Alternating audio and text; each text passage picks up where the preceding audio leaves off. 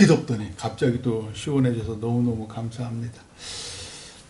오늘 말씀은 잘 아시는 갈릴리 가나라는 지역의 혼인 잔치집에서 벌어진 일이에요. 당시 이스라엘의 혼인 잔치가요, 일주일이나 계속됐답니다. 혼인 잔치가 어떻게 시작이 되냐면요, 신랑이 아버지한테 돈을 받아와요. 돈을 받아서 그걸 가지고 신부집에 가서 일주일 동안 오늘 말씀에 나누는 이렇게 혼인 잔치를 벌여요. 그리고 마지막 날에 그 포도주, 그 혼인 잔치의 중심은 포도주였어요. 그래서 포도주를 이렇게 신부 앞에 딱 놓으면 신부가 그걸 마시면 결혼이 성사되는 거예요. 그리고 1년간을 정혼 기간이라 그래. 동침하지 못해요. 신랑의 집으로 데리고 가서 1년 동안 정혼 기간이에요. 그리고 1년 후에 합방을 해요. 그런데 동정녀 마리아가 어떻게 했죠? 그 정혼 기간에 예수님을 임신해서, 그래서 아버지 요셉이 가만히 끊으려고 한 이유가 그 1년의 정혼 기간 동안에 임신을 해서 세상 사람들이 수근수근 되니까 조용히 그 마리아를 생각해서, 정혼녀를 생각해서 그리하려고 했던 거였어요. 그러니까 이스라엘의 혼인잔치가 그렇게 성대했고 포도주가 그런 의미를 가지고 있구나라가 이제 전제로 들어가는 거예요. 흥미로운 건 예수님이 첫 번째 기적이라고 그러잖아요. 첫 번째 기적이 오늘 물을 포도주로 만든 사건인데, 십자가에 못 박히시기 바로 전에 제자들과 마지막 만찬에서 마신 것이 포도주였다라는 거예요. 그러니까 예수님 사역의 첫 번째와 마지막이 포도주였다는 거예요. 혼인잔치에 참 얼마나 많은 값진 음식이 많이 나오겠습니까? 저도 요즘에 우리 우연히 형제 결혼식, 그리고 예전에 김민구 집사님 결혼식에서 보면 뷔페가 아주 좋은 뷔페가 많이 나와요. 그 많이 나오는 것 중에 가장 중요한 음식이 포도주였습니다. 아까 말씀드린 대로 좋은 포도주가 나오면 하객들, 손님들도 아주 기분 좋게 마시고, 당시에는 이스라엘 물이 더 귀하잖아요. 그러니까 포도주가 훨씬 더 많았어요. 그래서 좋은 포도주가 있으면은 일주일 내내 손님들도 기뻐하고 연회장도 기뻐하고 신부의 아버지도 탁 마시고 신부한테 야, 포도주 맛있어. 먹어. 마셔. 그래서 마지막 날 포도주도 이렇게 딱 마셔서 결혼도 이렇게 합치고. 그랬었던 게 이제 그 포도주였어요. 마찬가지로 예수님의 공생의 3년 동안 얼마나 많은 기적을 행하셨어요. 그런데 중요한 건 맨 마지막, 가장 중요한 일은 맨 마지막에 십자가에서 흘리신 보혈이라는 거예요. 십자가 보혈이 예수님 사역의 가장 중요한 일이었어요. 그래서 제자들과 마지막 만찬을 드실 때 예수님이 포도주 같은 잔을 가지고 감사 기도하신 후 이렇게 말씀하세요. 이것은 죄 사함을 얻게 하려고 많은 사람을 위하여 흘리는 나의 피, 곧 언약의 피니라. 즉 이 포도주, 성찬식 때 우리가 마시는 그 포도주를 마시면 우리가 원래는 우리 죄로 죽어야 하는데, 영원한 사망에 있어야 되는데, 그 포도주 예수 그리스도의 보혈을 마심으로 말미암아 영원히 사는 그런 언약의 피, 약속의 피가 바로 그 성찬식의 포도주에 담겨있기 때문에 우리가 성찬식마다 포도주를 마셔요. 오늘 말씀 1절과 2절을 보니까 1절에는 예수의 어머니가 이미 잔치집에 있다라고 그래요. 그리고 2절에 보시면 예수와 그 제자들도 혼례의 청함을 받았다라고 표현을 합니다. 즉 어머니 마리아는 아마 잔치집에서 무슨 일을 지금 맡아서 하는지 아니면 도와줘서 하는지 그런 상태고, 그 후에 예수와 제자들도 초청을 받았는데 아마 이 당시에 여인들이 혼례집에서, 혼인잔치집에서 아마 주방일을 맡았지 않았을까 싶어요. 그래서 어머니 마리아도 아마 이 주방일을 하고 있었을 거예요. 그리고 이제 3절에서 5절까지의 말씀 같이 읽어봐요. 요한복음 2장 오늘 말씀 3절로 5절까지의 말씀을 같이 읽겠습니다. 시작. 포도주가 떨어진지라 예수의 어머니가 예수에게 이르되 저들에게 포도주가 없다 하니 예수께서 이르시되 여자여 나와 무슨 상관이 있나이까? 내 때가 아직 이르지 아니하였나이다. 그의 어머니가 하인들에게 이르되 너희에게 무슨 말씀을 하시든지 그대로 하라 하니라. 아멘. 어머니 마리아가 주방 일을 하다 보니까 포도주가 떨어진 걸 제일 먼저 아는 거예요. 그 다음에 예수님께 알려요. 그런데 예수님의 대답이 참 의아합니다. 여자여, 그게 나와 무슨 상관이 있습니까? 아직 내 때가 이르지 않았나이다. 그래서 제가 찾아봤지요. 원어를 헬라어로 귀나이예요. 귀나이. 이 귀나이는요, 여자를 낮춰 부르는 말이 아니라 예를 갖춰 부르는 친근한 말이에요. 근데 우리가 번역을 있다고 그래가지고 그러니까 여인이시여라는 게 훨씬 좋은 말이에요. 여인이시여 해야 되는데 어머니한테 여자야 그러니까 우리는 좀 하대하는 말이잖아요. 좀 번역을 좀 여인이시여 하면 오해가 없었을 텐데 안타까워요. 그리고 예수님은 어머니가 이렇게 말한 이유를 알아요. 포도주가 떨어졌기 때문에 이렇게 말했다는 걸 아는데 뭐라 그러시냐면 아직 내 때가 이르지 않았습니다. 즉 내 때, 예수님의 때, 아버지 하나님이 명하신 그때가 아직 이르지 않았는데 어머니 마리아, 육신의 어머니 마리아가 내 때, 내가 지금 아직 그 물을 포도주로 만드는 그런 기적을 펼칠 때가 아닌데, 아까 말씀드린 대로 포도주는 뭐예요? 예수님의 보혈을 상징해요. 이 보혈을 흘릴 때, 십자가에서 피를 흘릴 때가 아직 아닌데, 어머니가 이렇게 요청을 하는 거예요. 그래서 아직 내 때가 이르지 않았다라고 얘기해. 그럼에도 불구하고 어머니 마리아가 하인들에게 기가 막히게 5절에 너희에게 무슨 말씀을 하시든지 그대로 하라. 이렇게 말씀하시는 게 이게 서로 다른 방향을 지금 자꾸만 가는 것 같아요. 예수님을 아는 사람들은 우리도 마찬가지고 공생의 3년의 예수님만 알잖아요. 그런데 이 어머니 마리아는요, 성령으로 예수님을 잉태하시면서부터 십자가에 못 박혀 죽으시기까지, 심지어 부활 승천할 때까지 그 누구보다 예수님을 잘 아는 사람이에요.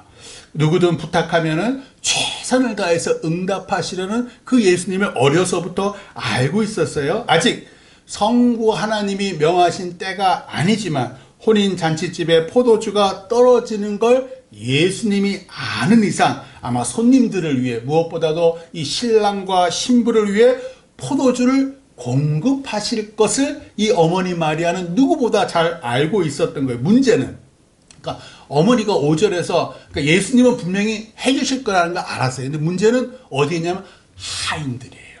하인들이 예수님 말을 들을 이유가 하등이 없거든요. 예수님이 주인이 아니니까요. 그러니까 신신당부를 하는 거예요. 너희에게 무슨 말씀을 하시든지 그대로 하라. 라고 얘기를 해요. 그 당시 포도주를 어디서 구했을까 제가 찾아봤더니 물론 이제 우리들도 왜 집에서 포도주를 담그시는 그때 당시에도 아마 작은 양은 포도주를 자기 집에서 아마 담갔을 텐데 이게 혼인잔치잖아요. 그러니까 엄청나게 많은 양의 그것도 일주일을 하니까 많은 양의 포도주가 필요할 때는 양조장 그러니까 포도원이죠. 포도원에서 사든지 아니면 시장에서 사든지 그랬다고 해요. 거기 가서 이제 돈을 주고 사야지요. 당연히 이 혼인잔치집에 지금 하면 거의 6일, 7일째 됐을 텐데 시간이 사갖고 오고 하면은 시간도 오래 걸릴 테고 잔치집의 흥은 다 깨질 거 아니에요.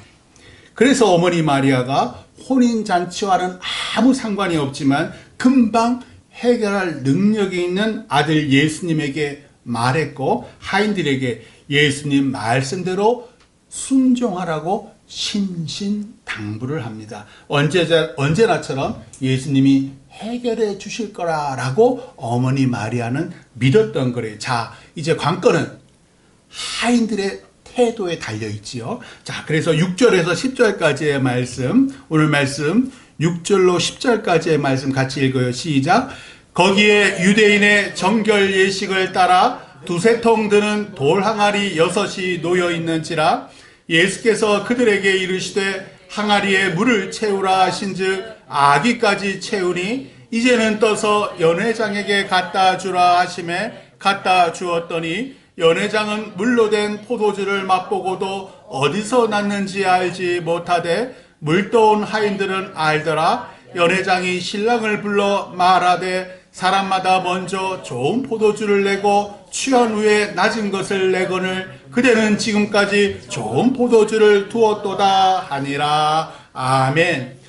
텅 빈 돌 항아리 6.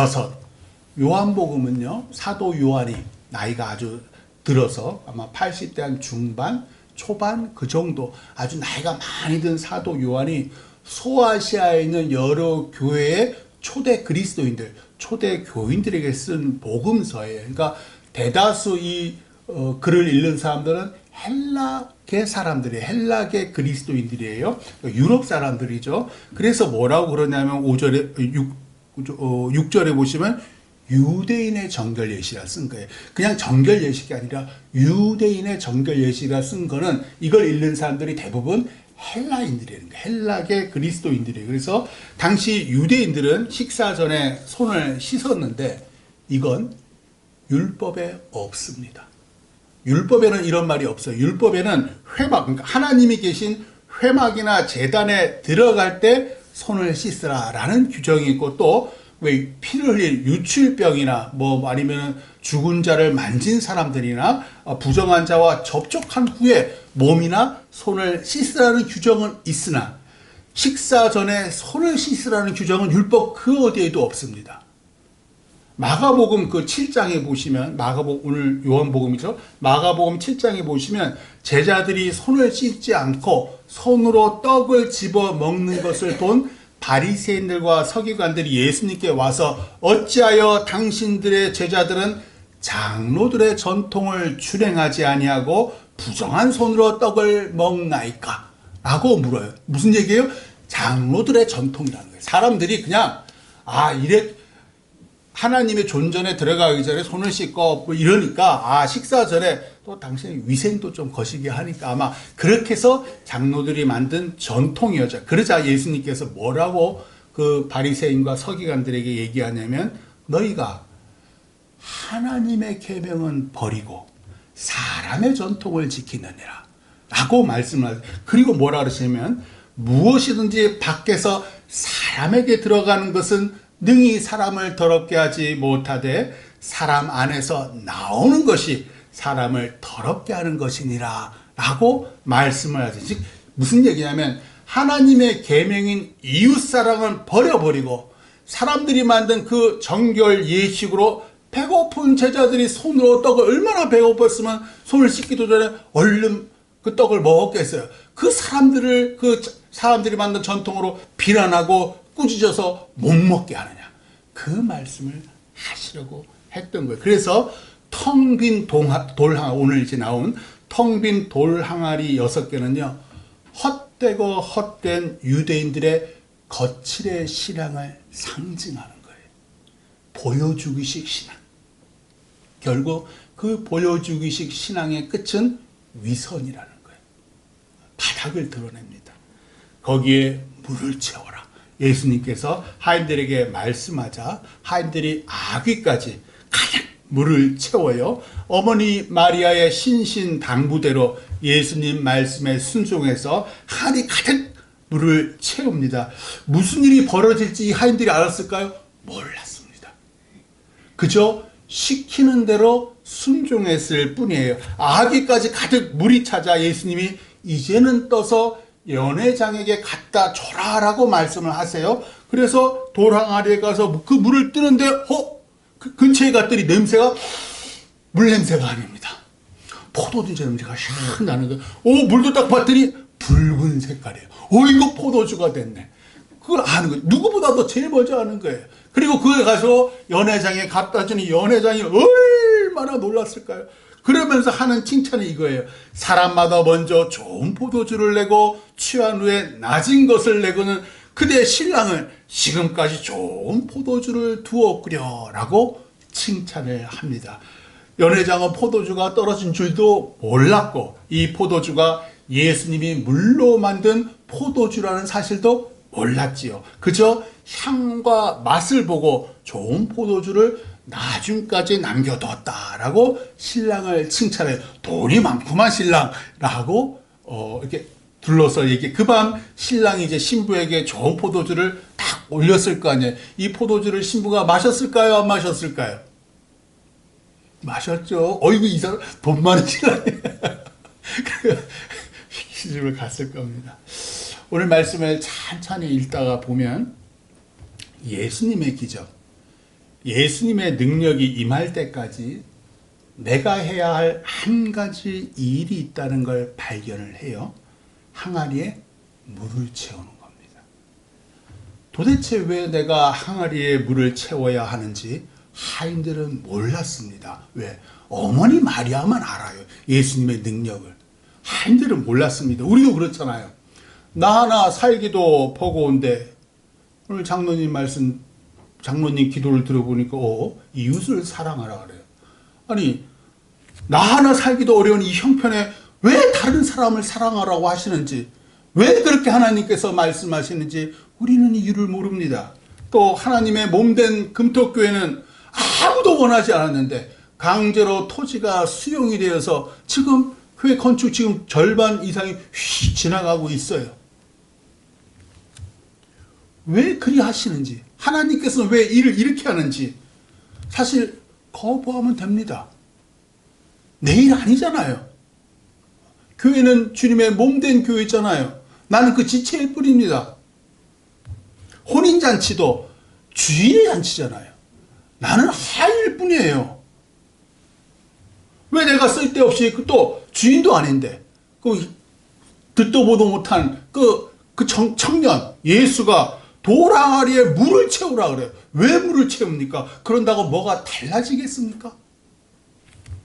그 자리에 있던 그 누구도 물이 포도주가 될 줄 몰랐던 거죠. 어머니 마리아만 예수님의 능력을 아니까 그리하라라고 신신당부를 했던 거예요.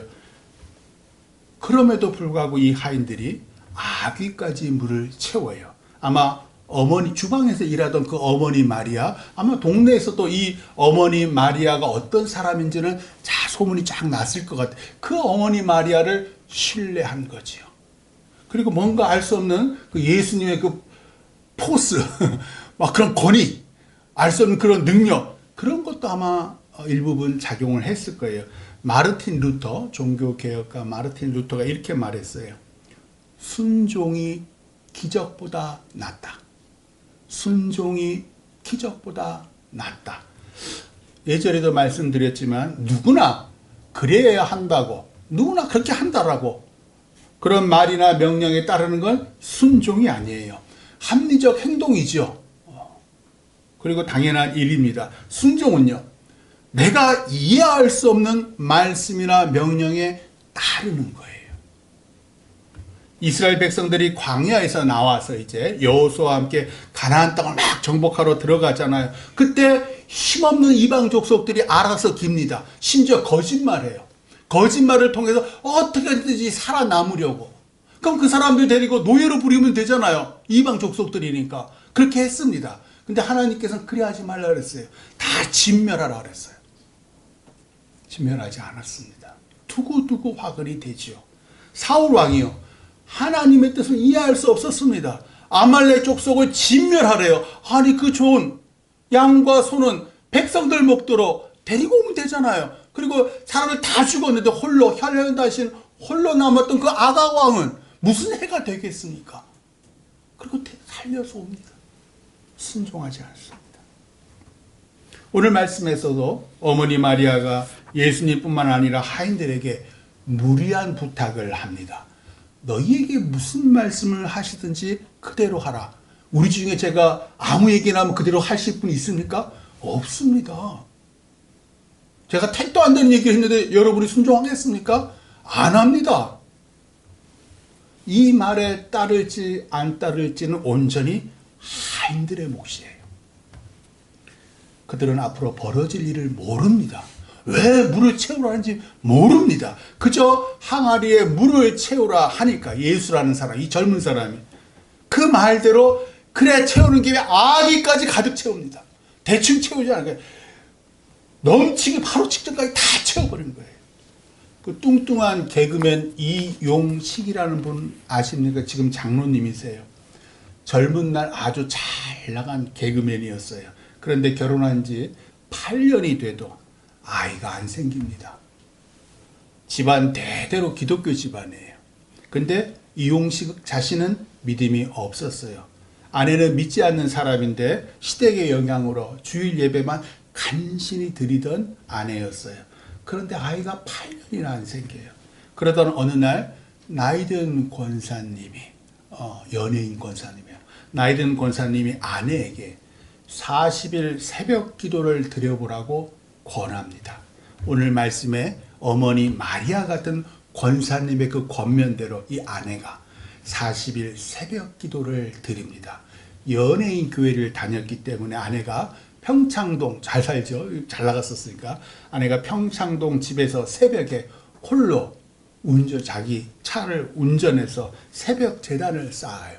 그러니까 남편 이용식도 새벽이면 아내가 부스럭거리고 성경을 챙겨서 나가니까 마냥 모른 척할 수가 없었기에 같이 이제 따라서 교회에 갑니다. 그 후 어느 날 딸 수민이를 임신하게 되고 그 딸이 커서 그 목사 아들과 결혼해서 또 아기를 낳아서 할아버지가 되죠. 그게 예전에 그 TV 조선에서 한참 방영을 하더라고요. 우리는 의심이 많습니다. 하나님을 믿는다고 말은 하는데 실제로는 믿지 않습니다. 내가 기도한다고 뭐가 바뀌겠어? 기도해 봤는데 성경을 읽는다고 뭐가 달라지겠어? 하나님의 뜻이 이루어지는 것이 내 이기적인 뜻이 이루어지겠어? 남왕국 유다의 왕 히스기야는 선지자 이사야로부터 하나님의 뜻을 들었어요. 하나님의 뜻은 이거예요. 너는 네 집에 유언해라. 네가 죽고 살지 못하리라. 이게 하나님의 뜻이었어요. 죽을 병에 걸렸으니까 유언하고 조만간 죽어라.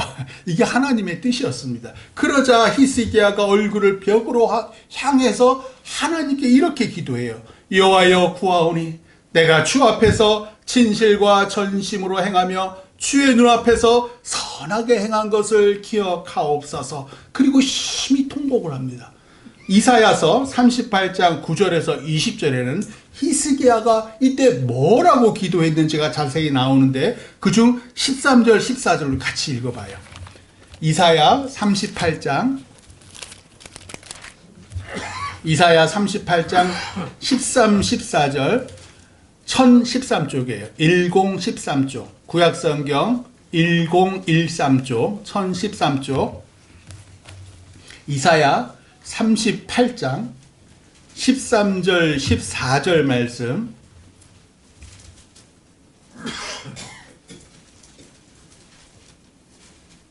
원래는 10절부터 20절까지가 쫙 다 그 기도 내용인데 특별히 13절 14절만 같이 읽어봐요. 시작. 내가 아침까지 견디어 싸우나 주께서 사자같이 나의 모든 뼈를 꺾으시오니 소속간에 나를 끝내시리라. 나는 제비같이 학같이 지적이며 비둘기같이 슬피 울며 내 눈이 새하도록 앙망하나이다. 여호와여 내가 압제를 받사오니 나의 중보가 되옵소서. 아멘. 하나님은 계속 지금 아침에도 치시고요. 모든 뼈를 계속 꺾으시고요. 조속간에 나를 끝내실 정도로 나를 아프게 하시는, 아프게 내버려 두시는 거예요. 그러니까 14절, 그럼 포기해야 되는데 14절 보세요. 나는 제비같이 짹짹거리고 학같이 지저귀면서 비둘기같이 슬피 울며 내 눈이 새하도록 주님을 앙망하나이다. 여호와여 내가 압제를 받사오니 나의 중보가 되옵소서. 아시다시피 하나님께서 히스기야의 이 통곡의 기도를 들으시고 15년 생명을 더해 주시잖아요. 하나님의 뜻은 죽는 거였습니다. 근데 히스기야가 통곡으로 간절히 지저귀는 거예요. 15년의 생명을 더해 주셔요. 예전에 말씀드린 대로 저도 미국에서 박사과정 갈 때도 100일 새벽 기도를 집사람이랑 쭉 다녔어요. 거기가 참 어떻게 다녔는지 모르겠는데 응답해 주시죠. 가난하고 공부도 못하니까 기댈 건 하나님밖에 없어요. 그러면 하나님을 의지해요. 뭔가 기댈 게 있으면 하나님 의지하지 않아요. 인간은요 그런 존재예요. 다 내 눈이 다 없을 때 그제서야 하나님을 바라봐요. 개그맨 이용식이 아기를 가지든 말든 솔직히 하나님의 영광과 무슨 관계가 있습니까? 그런 부부가 어디 한둘입니까? 제가 뭐 박사과정 합격하든 안 하든 신학대학원에 가든 안 하든 그게 하나님과 무슨 관계가 있습니까? 히스기야가 병으로 죽어도 그 아들을 통해서 다윗의 왕권을 계속 이어갑니다. 그 15년 더 사나 금방 죽으나 그게 하나님과 무슨 상관이 있습니까? 지난 주일날 말씀드렸던 그 박보경이라는 그 여배우, 그녀가 연기를 재개하는 게 경력 단절이 돼 10년이 넘게 연기를 재개하는 게 하나님과 무슨 상관이 있습니까? 그런다고 무슨 하나님이 대단한 영광을 받으십니까? 그런데요, 그녀가 경력 단절로 인해 오랫동안 간절히 예수의 이름으로 기도합니다. 다시 연기를 하게 해주세요. 그리고 어느 날 연기를 재개했고 그 연기를 통해서 사람들 앞에서 살아 역사하시는 하나님께 수상소감을, 영광을 드린다고 수상소감을 하네요.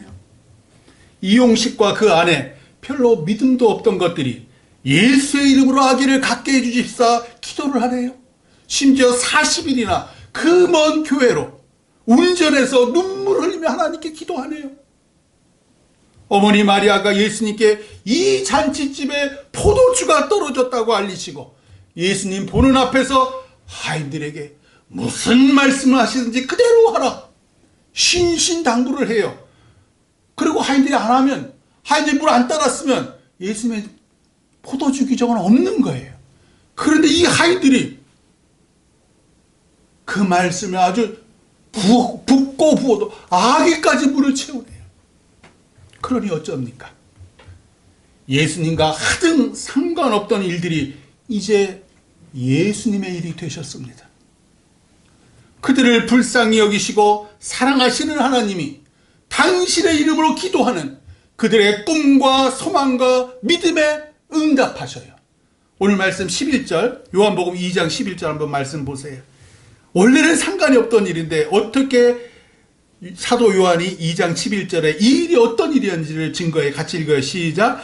예수께서 이 첫 표적을 갈릴리 가나에서 행하여 그의 영광을 나타내심에 제자들이 그를 믿으니라. 아멘. 예수님이 우리 문제를 해결해 주십니다. 그래야 우리가 하나님을 믿게 되고 배우 박보경처럼 개그맨 이용식처럼 히스기야 왕처럼 하나님께 모든 영광을 드리니까요. 이것이 우리가 예수님을 믿는 이유고 예수님께 기도하는 이유입니다. 그러니 사랑하는 금토교회 성도 여러분, 먼저 빈 항아리에 물을 채우세요. 기도 응답받아 살아난 히스기야 왕과 수많은 위대한 성경의 인물들과 그 나이든 권사님과 어머니 마리아가 우리에게 권면합니다. 껍데기만 남은 그 텅 빈 내 신앙에 주님이 해결하신다는 믿음의 물을 채우라고요. 내 뜻이 하나님의 뜻이 되도록, 내 기도가 하나님의 영광이 되도록 항아리 아기까지 순종의 기도, 눈물의 기도, 믿음의 기도 가득 채우시기를 주님의 이름으로 축원합니다. 기도하겠습니다.